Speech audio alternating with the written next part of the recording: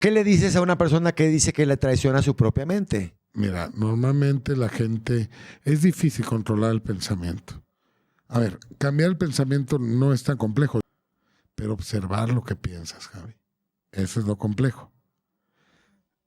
Pero sí se puede. Y empiezas de a poquito, tratas de estar viendo lo que piensas, observándolo. Si es negativo, lo cambias. Si es positivo, lo dejas. Pero acaba haciéndose un hábito, Javi.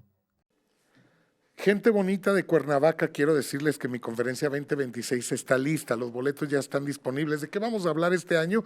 Vamos a hablar de nacer, así se llama esta conferencia. Y precisamente habla de la concepción, el embarazo y la forma de nacer y cómo estas tres etapas influyen en nuestra vida.